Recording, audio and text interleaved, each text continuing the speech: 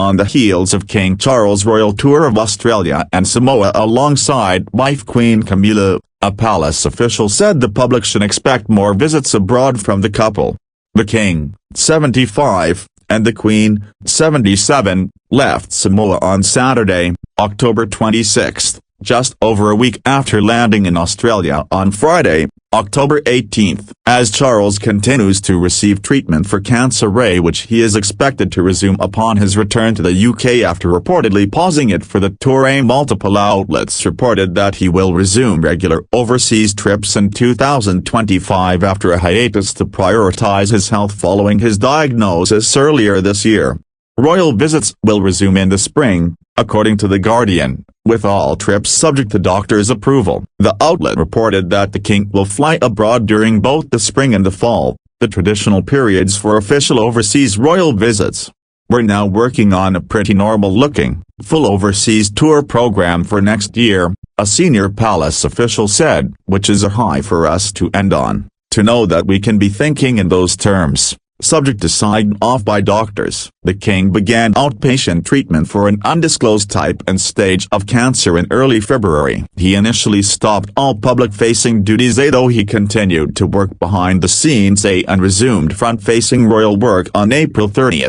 This recent tour to Australia and Samoa was his first long-distance visit since his diagnosis, which came following a routine procedure for a benign enlarged prostate. The palace clarified that the king does not have prostate cancer. The king's tour to Australia and Samoa originally also included a third leg to New Zealand, but those plans were scrapped on the advice of his doctors. Though the couple's schedule was plenty busy, sometimes including up to 10 engagements between them in a single day, there was a rest day factored in after the king and queen's long flight into Sydney on Saturday, October 19, and they only took part in one evening event.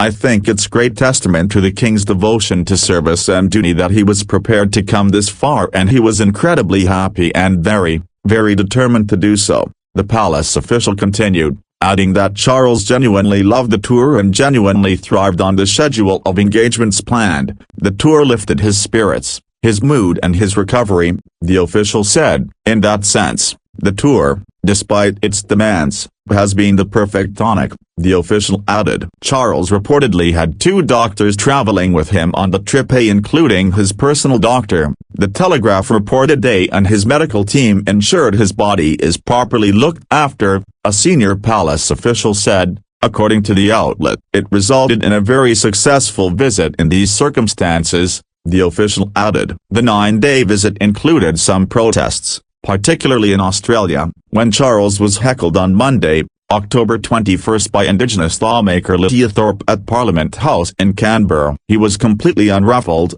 according to a royal official speaking to the BBC. He's been around a long time. As always, he kept calm, carried on. He believes free speech is the cornerstone of democracy, and so everyone is entitled to their views. He also faced calls to address slavery reparations and continues to face the persistent question of whether Australia will become a republic, leaving him behind as head of state. Australia is one of 14 countries around the world where Charles is monarch. Barbados was the last country to become a republic, doing so 3 years ago in 2021. The Times quoted a source as saying that the king will not duck out of addressing difficult issues. He is always someone who wants to understand before he says anything, the source said. He's a listener more than he's a talker. It's very easy to run away from some of these issues, but the king isn't one for doing that. A palace official added that Camilla is a source of encouragement for Charles, telling the BBC, "The king gets great strength from the Queen being there, not least when she keeps it real." Though it's not yet clear where the king, and presumably the Queen, is headed in 2025, during his final engagement in Samoa, Charles was unexpectedly handed a microphone during a ceremony in the village of Sayumu. According to the Times, after thanking Samoa for such a warm welcome, he said, "I shall always remain devoted to this part of the world and hope that I survive long enough to come back again and see you." At the end of the tour, Charles and Camilla shared a message on social media marking the end of the historic tour. As our visits to Australia and Samoa come to a close, My wife and I would like to thank both nations for the warmest of welcomes and for the countless fond memories we will carry in our hearts for many years to come. Even when we are far apart in distance, the many close connections that unite us across the globe and through our Commonwealth family have been renewed, and will remain as profound as they are enduring, the message continued. The Times reported that Charles will take a short rest period before resuming a full schedule of engagements as the holidays approach, and then 2025 and the hopeful normalcy it will bring.